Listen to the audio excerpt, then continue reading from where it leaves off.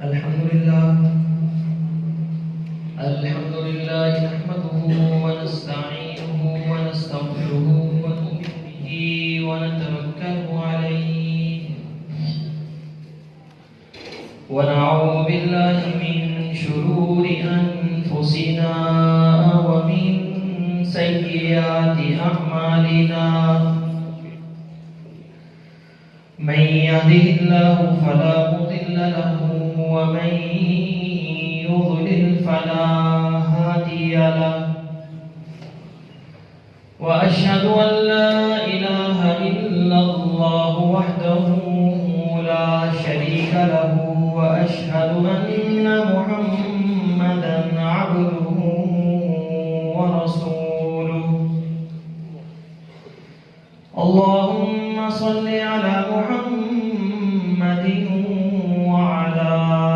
آل محمد كما صليت على إبراهيم وعلى آل إبراهيم إنك حميد مجيد اللهم بارك على محمد وعلى آل محمد كما باركت على إبراهيم وعلى آل إبراهيم إنك حميد مجيد من يطع الله ورسوله فقد رشد واهتدى ومن يعص الله ورسوله فقد ضل وغوى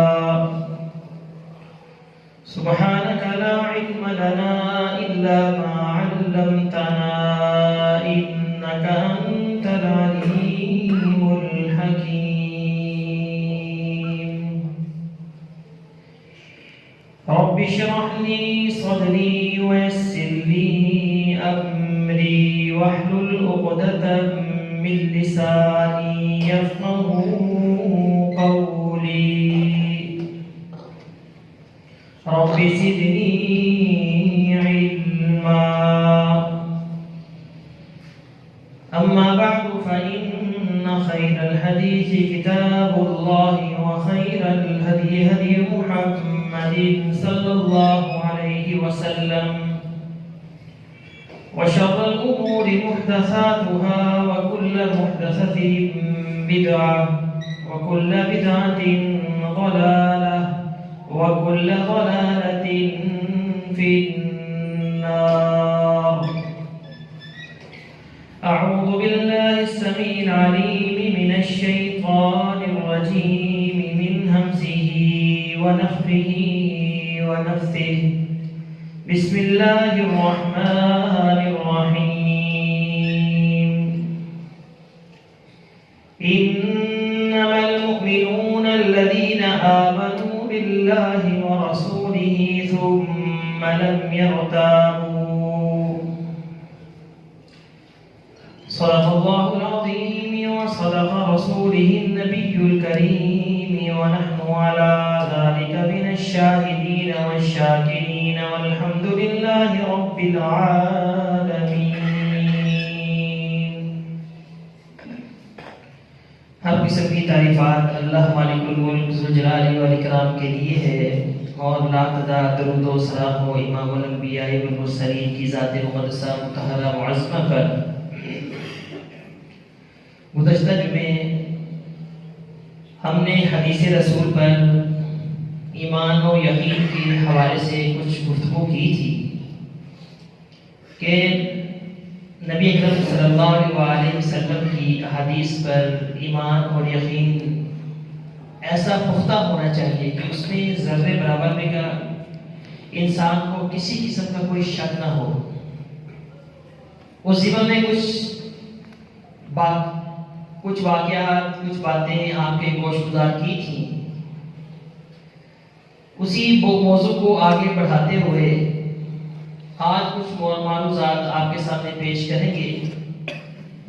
کہ حدیث کے اوپر ہمارا ایمان و یقین کس انداز کا ہونا چاہیے۔ ایک چوٹی کے محدث عظیم فقیہ امام ابن خزیمہ رحمہ اللہ، جو کہ امام بخاری رحمہ اللہ کے استاد ہیں، علم کے پہاڑ، علم کے سمندر، اللہ نے ان کو ایسی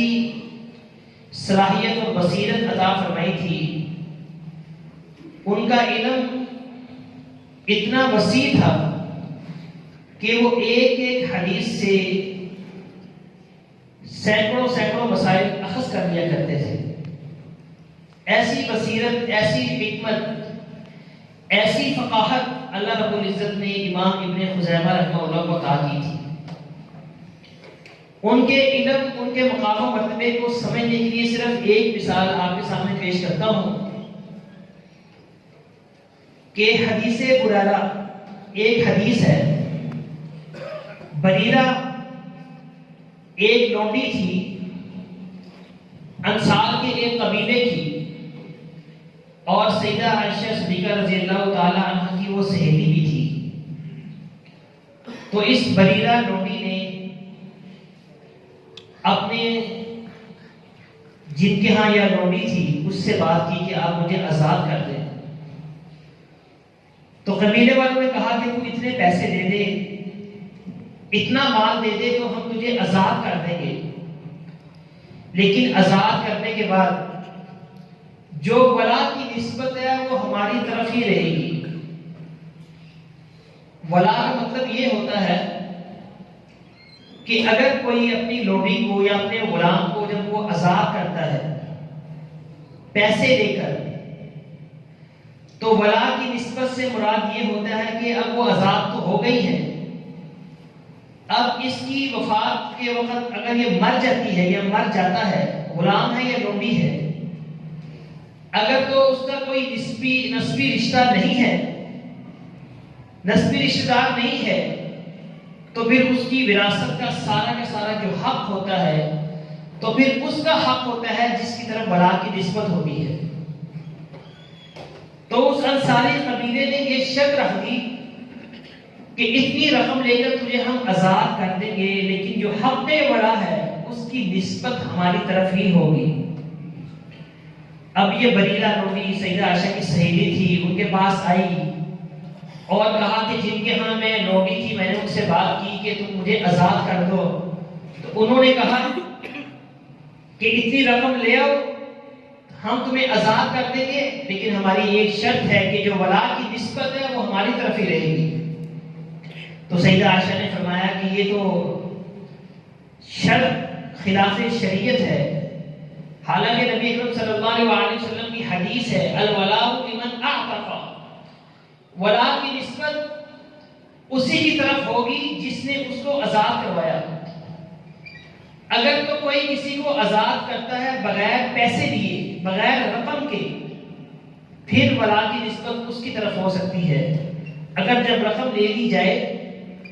تو پھر الولاء لمن اعتق، تو ولا کی نسبت اسی کی طرف ہوگی جو اس کو آزاد کرتا ہے یا کرواتا ہے۔ سیدہ عائشہ نے کہا کہ میں تمہاری رقم ادا کرتی ہوں اور پھر ولا کی نسبت میری طرف ہوگی، تم یہ رقم لے جاؤ اور جا کر ان کو دے آؤ اور آزاد ہو جاؤ۔ جب نبی اکرم صلی اللہ علیہ وسلم آئیں گے تو ہم ان سے بات کریں گے۔ اب سیدہ عائشہ صدیقہ رضی اللہ تعالی عنہا نے وہ مطلوبہ رقم اس لونڈی بریرہ کے ہاتھ میں دی کہ جاؤ اپنے قبیلے والوں کو جا کر دے دو اور آزاد ہو جاؤ۔ اب وہ رقم لے کر چلے گی اور انہوں نے اس کو آزاد کر دیا اور کہا کہ ولا کی نسبت ہماری طرف رہنی ہے تیری۔ بہرحال وہ خاموشی سے واپس آ گئی۔ نبی اکرم صلی اللہ علیہ وسلم تشریف لائے، سیدہ عائشہ صدیقہ رضی اللہ تعالی عنہا نے آپ کے سامنے یہ بات عرض کی، تو نبی اکرم صلی اللہ علیہ وسلم نے کہا کہ ٹھیک ہے، میں نماز کے بعد اس موضوع پر بات کروں گا۔ اب نماز کے بعد نبی اکرم صلی اللہ علیہ وسلم صحابہ کرام سے مخاطب ہو کر کیا ارشاد فرماتے ہیں؟ آپ نے فرمایا کہ ماں بال اقوام، ماں بال اقوام، ان لوگوں کو کیا ہو گیا ہے، یہ اشتریتون، کہ وہ ایسی شرطیں رکھتے ہیں جو کہ خلاف شریعت شرطیں ہیں۔ الولاء لمن اعتق، ولا کی نسبت اسی کی طرف ہوگی جو اس کو آزاد کرتا ہے۔ اب یہ ایک حدیث ہے کہ ماں بال اقوام، جسے حدیث بریرہ کہا جاتا ہے۔ اب ایک حدیث آپ کے سامنے یہ جو میں نے نبی کریم صلی اللہ علیہ وسلم کی پیش کی، آپ نے سنی، میں نے پڑھی، جو کچھ چیزیں مجھے سمجھ آئی، مسائل سمجھ آئے، وہ کیا؟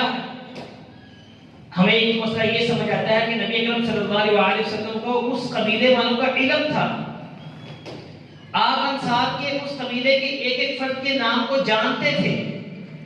لیکن نبی اکرم صلی اللہ علیہ وسلم نے قبائل والوں کا کسی ایک فرد کا بھی نام نہیں لیا،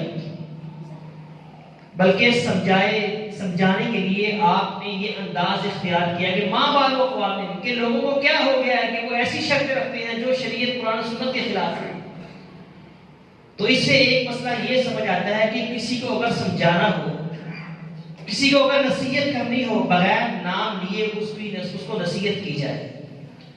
تاکہ اس کی تذلیل نہ ہو، اس کی بات کے اندر کسی شخص کی بھی تذلیل کا پہلو نہ ہو۔ ایک مسئلہ ہمیں یہ سمجھ آتا ہے کہ بات کرتے اچھے انداز سے بغیر نام لیے، تاکہ تذلیل کسی قسم کی نہ ہو۔ دوسرا مسئلہ ہمیں یہ سمجھ آتا ہے کہ اگر کوئی بھی شرط، چاہے کتنی بھی شرطیں کیوں نہ ہو، اگر فیصلہ ہو بھی جاتا ہے، کوئی سودا ہو بھی جاتا ہے، اگر اس میں کوئی ایسی شرط ہے جو کہ قرآن و حدیث کے خلاف شرط ہے، اس شرط کو تسلیم نہیں کیا جائے گا۔ اور تیسرا مسئلہ ہمیں یہ سمجھ آتا ہے کہ جو کوئی غلام یا لوڈی کو بغیر پیسے لیے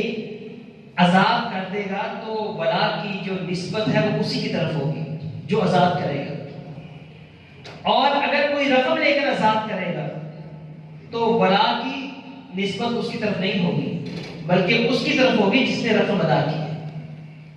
اب یہ چند مسئلے ہیں جو ہماری سمجھ میں آئے، آپ کی سمجھ میں آئے اس چھوٹی سی ایک حدیث سے، لیکن امام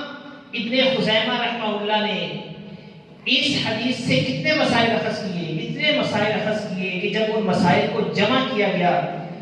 تو 4 جلدوں پر مشتمل بڑی ضخیم کتابیں بن گئی،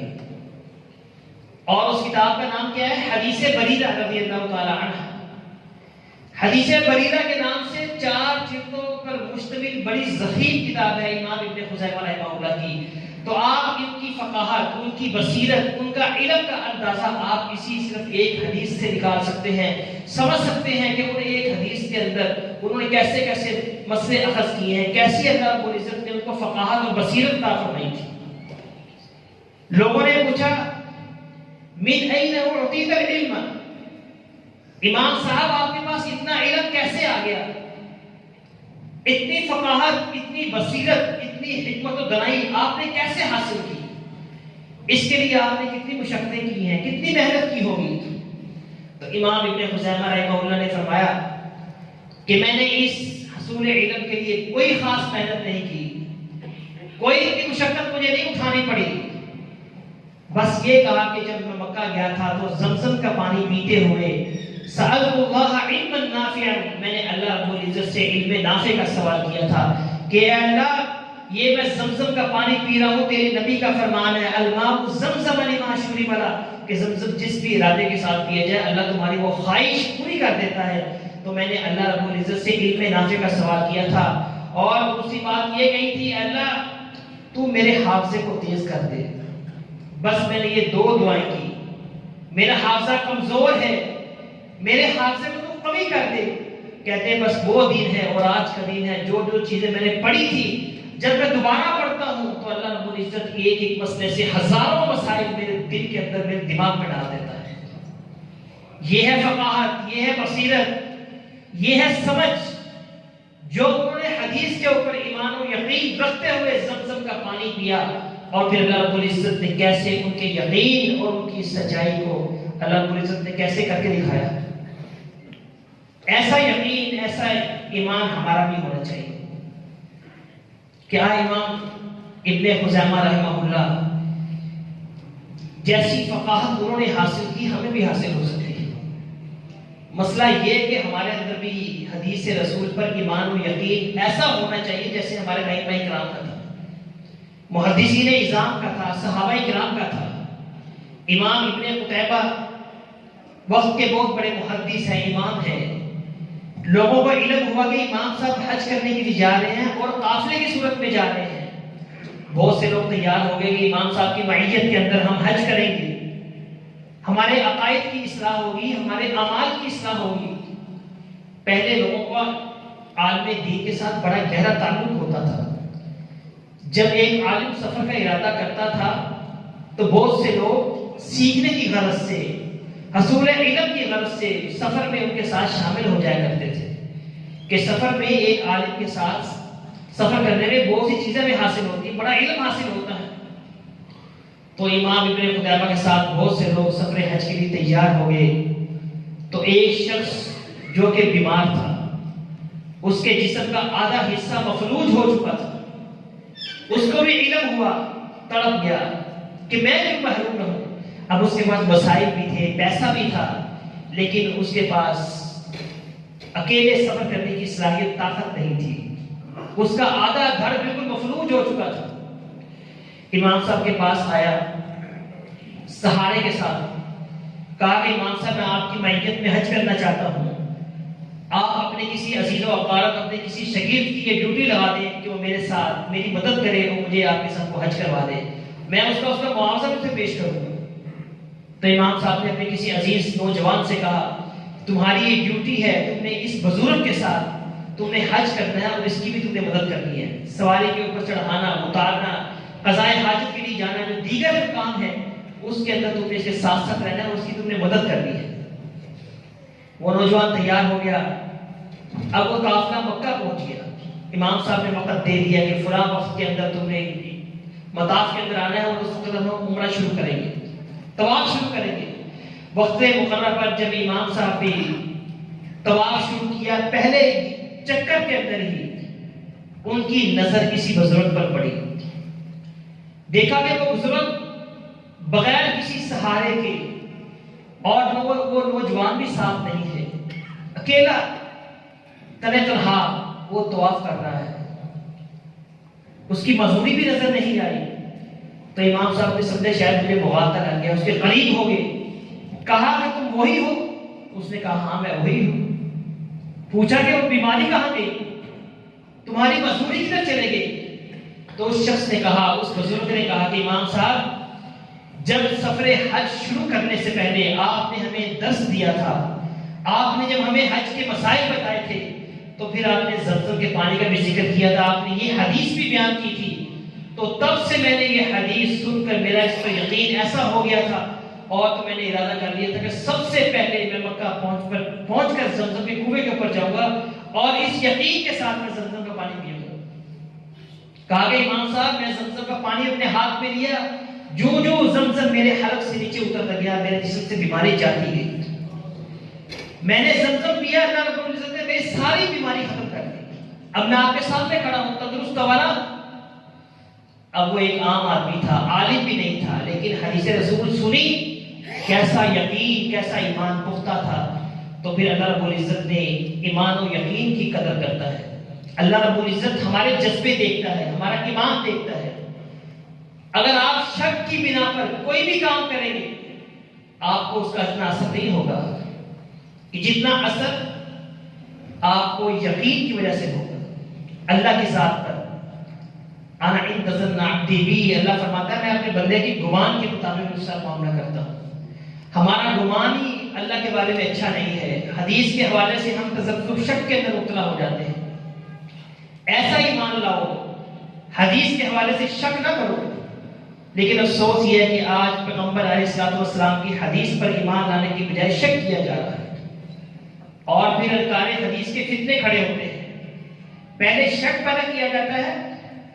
اور پھر حدیث کا انکار کر دیا جاتا ہے۔ آج ہمارے معاشرے کے اندر آپ دیکھیں، پہلے شک حدیث کی بنیاد پر لوگوں کو شکوں کے اندر مبتلا کیا گیا، اور پھر اس کے بعد انکار حدیث کے فتنے کھڑے ہو گئے، منکرین حدیث کے فتنے کھڑے ہو گئے، اور ان کا مقصد یہ ہوتا ہے ان فتنوں کے ذریعے سے لوگوں کو ملحد بنانے، لوگوں کو بے دین بنایا جائے، لوگوں کو دین سے بیزار کیا جائے۔ اس لیے کہ قرآن دین اسلام کی تھیوری ہے، اس کا پریکٹیکل پیغمبر علیہ الصلوۃ والسلام کی حدیث ہے۔ جب حدیث کے بارے میں آپ لوگ ایسے تذبذب کے اندر، کسی مخمصے کے اندر، شک کے اندر مبتلا ہو جائیں گے تو حدیث کے اوپر آپ کا ایمان کیسے ہوگا؟ جیسے آج ہمارے معاشرے کے اندر اکثریت ایسے لوگوں کی پیدا ہو چکی ہے جو حدیث کے معاملے کے اندر مشکوک، شک و شبہ والا رویہ اختیار کرتے ہیں، کہتے ہیں ہمارا حدیث رسول پر کوئی اعتماد، کوئی یقین نہیں ہے۔ یہ بھی جو لوگ تھے نا، جب ایک حدیث رسول سنی تو کیسا ان کے اوپر ایمان تھا۔ ابو ذر غفاری رضی اللہ تعالی عنہ کا ایمان دیکھیں، یقین دیکھیں، بڑے عظیم صحابی تھے، مدینہ چھوڑ کر مدینے سے دور ایک وادی کے اندر جا کے انہوں نے پناہ لے لی تھی۔ شہر والی آبادی چھوڑی بھی کیوں؟ رسول اللہ صلی اللہ علیہ وسلم کی حدیث کی روشنی میں چھوڑی۔ مدینے کے اندر جب بگاڑ، جب فساد، لڑائی جھگڑے شروع ہو گئے تو فتنے سے دور رہنے کے لیے، بچنے کے لیے، اپنے آپ کو بچانے کے لیے اپنی بیوی کو ساتھ لیا اور مدینے سے دور ایک وادی کے اندر، ایک جنگل کے اندر وہاں پر بسیرا کر گئے۔ جب وہاں پر پہنچے، لمبا سفر طے کر کے کچھ دن وہاں پر رہے تو وہاں کی آب و ہوا انہیں موافق نہ آئی، بیمار پڑ گئے، حتیٰ کہ ایک وقت وہ بھی آ گیا کہ موت ان کے بالکل قریب ہے، بسترے برف پر پڑے ہوئے ہیں، ساتھ بیوی بیٹھی ہو رہی ہے، بیوی کو تسلی، حوصلہ دے رہے ہیں، ورنہ تو ہر ایک نہیں ہے، موت کا ایک وقت مقرر ہے، پریشان مت ہو، اللہ سے امید رکھ، اللہ پر بھروسہ کر۔ تو اس نے کہا کہ پریشانیاں بہت ہیں، غم بہت ہے، زندگی کا ایک ہی ساتھی تھا، وہ بھی مجھ سے جدا ہو رہا ہے، ایک غم یہ ہے کہ میں یہاں پر اکیلی ہوں، کوئی دوسرا تیسرا انسان نہیں ہے آپ کے علاوہ، جب آپ فوت ہو جائیں گے تو آپ کو میں کفن دفن سارا انتظام کیسے کروں گی، کیسے میں آپ کی تدفین کروں گی، عورت ذات ہوں، یہ بھی بہت بڑا غم ہے۔ اور ہر ایک مسلمان کی خواہش ہوتی ہے کہ جب میں مروں تو میری نماز جنازہ میں مسلمانوں کی ایک بڑی جماعت حاضر ہو، یہاں تو کوئی تیسرا آدمی ہی نہیں ہے۔ تو ابو ذر غفاری رضی اللہ تعالی عنہ نے جب یہ بات سنی تو کہا کہ ابشری ولا تبکی، اے میری بیوی خوش ہو جا، رو مت، پریشان مت ہو، تجھے میں خوشخبری سناتا ہوں۔ ایک مرتبہ نبی اکرم صلی اللہ علیہ وسلم نے مسجد نبوی میں بیٹھے ہوئے، ہم چند صحابہ بیٹھے ہوئے تھے، تو آپ نے اس وقت ہمیں وہاں پر ایک بات کہی تھی، آپ نے کہا تھا کہ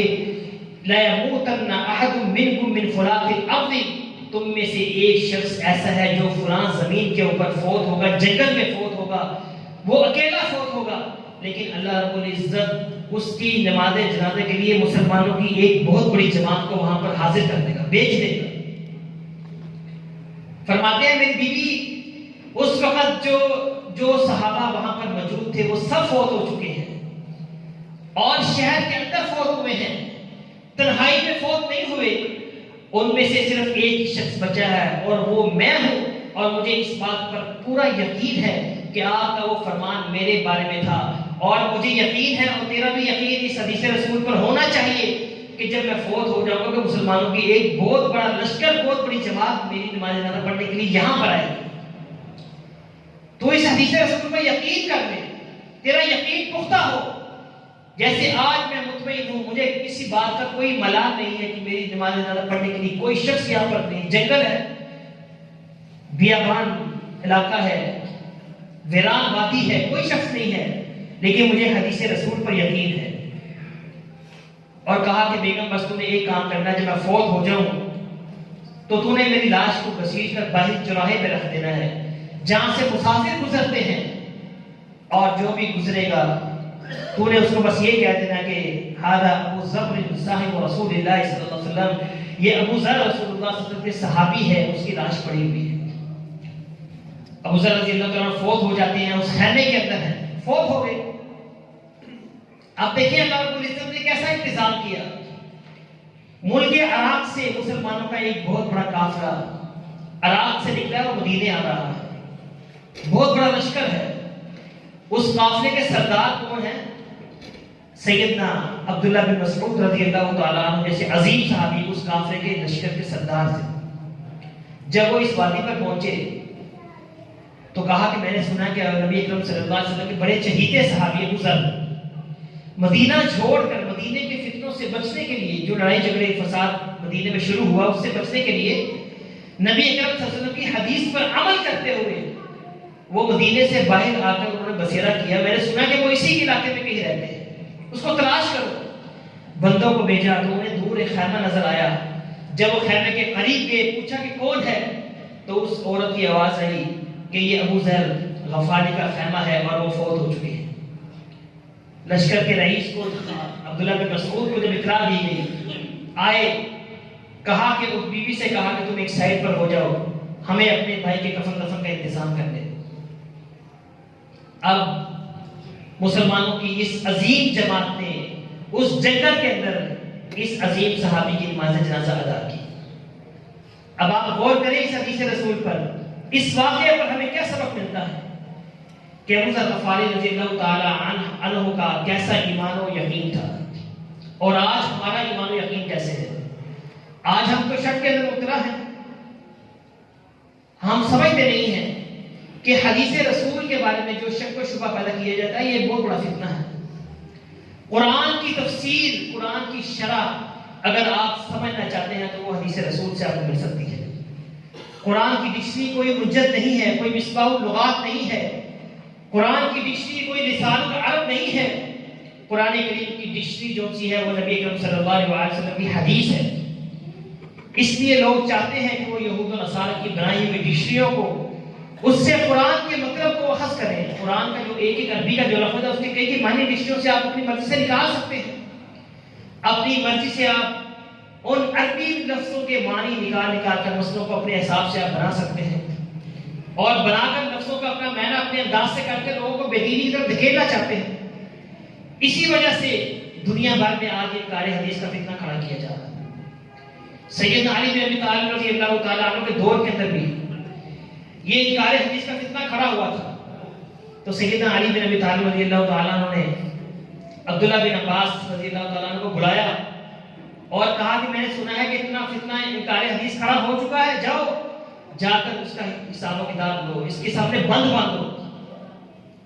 ڈیوٹی لگا دی عبداللہ بن عباس جیسے عظیم صحابی کی کہ جاؤ جا کر اس فتنے کو تم لگام دو۔ عبداللہ بن عباس چلے گئے، جانے لگے تو سیدنا علی نے پیچھے سے آواز دی کہ تم جا رہے ہو اس کو لگام دینے کے لیے، یہ تو بتاؤ تم لگام کیسے دو گے؟ تو عبداللہ بن عباس نے کہا میں جاتا، جا کر اللہ سے دعا کرتا، اللہ سے توفیق طلب کرتا، اور پھر ان کے سامنے جا کر ان سے بات چیت کرتا۔ اب آپ نے یہ سوال مجھ سے پوچھ ہی لیا ہے تو آپ خود ہی میری رہنمائی کر دیں کہ میں اس فتنے کو کیسے لگام دوں۔ تو سیدنا علی بن ابی طالب نے کہا کہ تم جاؤ اور جا کر ان لوگوں سے تم نے بات کرنی ہے، اور تم جانتے ہو اس بات کو کہ یہ لوگ جو سے ہیں صرف آپ کی باتوں کے سامنے صرف قرآن کو پیش کریں گے، کہیں گے ہمارے سامنے صرف قرآن کی بات کرو، حدیث رسول کی بات مت کرو۔ اور تم یاد رکھنا کہ جب بھی وہ تمہارے سامنے قرآن کی آیت کو پیش کریں اور اس قرآن کے معنی و مفہوم کو تم نے ڈکشنریوں سے نہیں چیک کرنا، بلکہ اس کے سامنے تم نے حدیث رسول کو پیش کرنا ہے۔ قرآن کو سمجھنے کے لیے حدیث رسول کا سمجھنا بہت ضروری ہے۔ لوگوں نے تو اپنے اپنے مطلب کی معنی نکال کر، راستے نکال کر گمراہی کی طرف جانا شروع کر دیا ہے۔ تو علی بن ابی طالب نے عبداللہ بن عباس سے کہا کہ تم نے ان کی قرآن کے مقابلے میں حدیث رسول کو پیش کرنا ہے، یعنی کہ قرآن کی شرح کے لیے، اس کو سمجھنے کے لیے حدیث رسول کا ہونا بہت ضروری ہے۔ وہ حدیث کا انکار کریں گے کہ ہم نے حدیث کو نہیں مانتے، ہمارے سے قرآن کو پیش کیا جائے، قرآن سے ہمیں بس ثابت کیا جائے۔ قرآن تو ایسے ہی ایک مجمل علم ہے، قرآن تو ایک اختصار ہے، قرآن مجمل ہے۔ نبی اکرم صلی اللہ علیہ وسلم کی جو حدیث ہے وہ اس اجمال کی تشریح ہے۔ قرآن کی اختصار ہے، اجمال ہے، اور حدیث رسول قرآن کی تشریح ہے۔ قرآن کو ایک نظری علم ہے، نظریاتی علم ہے، اور جو اس کا عملی علم ہے وہ پیغمبر علیہ السلام کی حدیث ہے۔ بس آپ کا اس حدیث رسول کے اوپر بھی ایسا ایمان، ایسا یقین ہونا چاہیے جیسا کہ قرآن مجید کی ایک ایک آیت کے بارے میں آپ کا ایمان و یقین ہے۔ اور پیغمبر علیہ السلام نے اپنی حدیث کے ذریعے سے قرآن مجید کی شرح کی ہے۔ قرآن کی شرح کا حق صرف اور صرف پیغمبر علیہ السلام کا۔ آپ کے اوپر جو بھی حکم نازل ہوتا، آپ نے اس کی شرح و تفسیر کر کے صحابہ کرام کو دکھا دی، اس کی عملی تصویر پیش کر دی۔ اگر آپ نے قرآن کو سمجھنا ہے تو اس کے لیے حدیث رسول کو سمجھنا بھی بہت ضروری ہے۔ قرآن میں بہت سے ایسے احکامات ہیں، نماز کا حکم ہے، نماز کیسے پڑھنی ہے، کتنی پڑھنی ہے، زکوٰۃ ادا کرنی ہے، زکوٰۃ کا حکم ہے، زکوٰۃ کیسے ادا کرنی ہے، کتنی زکوٰۃ ادا کرنی ہے، حج کا حکم ہے، حج کیسے کرنا ہے، عمرے کا حکم ہے، عمرہ کیسے کرنا ہے۔ بہت سے مسائل ایسے ہیں قرآن مجید کے اندر، اللہ کے احکامات ایسے ہیں جن کا اللہ رب العزت نے اجمالاً ذکر کیا ہے، مجمل ہے۔ اس کی تفصیل ہمیں ملے گی تو حدیث رسول سے ملے گی۔ جب حدیث رسول کے بارے میں عوام کو، لوگوں کو جب آپ شک و شبہات کے اندر مبتلا کر دیں گے تو لوگ بے دین ہو جائیں گے۔ آج لوگ بے نمازی بن گئے ہیں، لوگوں نے زکوٰۃ کا انکار کر دیا ہے۔ مطلب وجہ کیا ہے؟ وجہ یہی ہے کہ حدیث رسول کے حوالے سے شک میں مبتلا کر دیا کہ نماز کا مطلب یہ ہے، قیام کرنا ہے، قیام سے یہ مراد ہے، فلاں مراد ہے، زکوٰۃ سے یہ مراد ہے۔ وہی لغات کا سہارا لے لے کر لوگوں کو گمراہ کیا جا رہا ہے۔ یاد رکھیے انکار حدیث ایک بہت بڑا فتنہ ہے۔ اس فتنے کو پہچاننا بہت ضروری ہے، اور لوگوں کو شرک کی طرف دھکیلنے کے لیے، بد کرداری کی طرف لے جانے کے لیے، اور بے نمازی بنانے کا، حج سے روکنے کے لیے، زکوٰۃ سے روکنے کے لیے، اچھے کاموں سے روکنے کے لیے، بے حیائی کی طرف لے جانے کے لیے یہ انکار حدیث کے دروازے کھولے جا رہے ہیں۔ اس فتنے کو سمجھنا بہت ضروری ہے۔ جو بندہ یہ بات کرے کہ صرف میرے سامنے قرآن کی بات کرو، حدیث رسول کو میں نہیں مانتا، یا حدیث رسول کے اندر ایسی باتیں کرتا ہے کہ حدیث تو ٹھیک نہیں ہے، اس کے اندر تو یہ سب ضعیف ہیں، فلاں ہیں، فلاں ہیں، فلاں ہیں، یہ سب منکرین حدیث کے ایسے حربے ہیں جو وہ اختیار کر کے لوگوں کے ذہن میں ایسی باتیں ڈالتے ہیں تاکہ لوگ حدیث رسول کے بارے میں شک و شبہ کے اندر مبتلا ہو جائیں۔ اللہ فرماتا ہے کہ انما المؤمنون الذین آمنوا باللہ ورسولہ ثم لم یرتابوا، کہ بے شک ایمان والے تو وہ لوگ ہیں جو اللہ اس کے رسول پر ایمان لاتے ہیں، ثم لم یرتابوا، پھر اس پر شک نہیں کرتے۔ جیسا ہمارا قرآن پر ایمان و یقین ہے، ویسا ہی اللہ کے رسول صلی اللہ علیہ وسلم کی ایک ایک حدیث کے اوپر بھی ہمارا ایمان و یقین ایسا ہونا چاہیے جیسی مثالیں میں نے آپ کے سامنے پیش کی ہیں۔ اللہ رب العزت ہمارے اندر بھی ایسا ایمان و یقین پیدا فرمائے جیسے ہمارے اسلاف کا تھا۔ اور قرآن کو سمجھنے کے لیے حدیث رسول ہے، جو اس کی تشریح ہے، اس کی تفسیر ہے۔ حدیث رسول کے بغیر آپ قرآن کو نہیں سمجھ سکتے۔ اگر آپ کوشش کریں گے تو پھر آپ گمراہ ہو جائیں گے، آپ صحیح جو راستہ ہے صراط مستقیم سے آپ ہٹ جائیں گے۔ اللہ رب العزت ہمیں حق سچ بیان کر کے اس پر عمل کرنے کی توفیق عطا فرمائے۔ اقول قولی ھذا استغفر اللہ لی و لکم وآخر دعوانا الحمد للہ رب العالمین۔